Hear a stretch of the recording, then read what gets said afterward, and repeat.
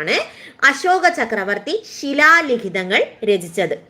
അശോക ലിഖിതങ്ങൾ ആദ്യമായി വായിച്ച വ്യക്തി 1838 ബ്രിട്ടീഷുകാരനായ ജെയിംസ് പ്രിൻസെപ്പ് ആണ്.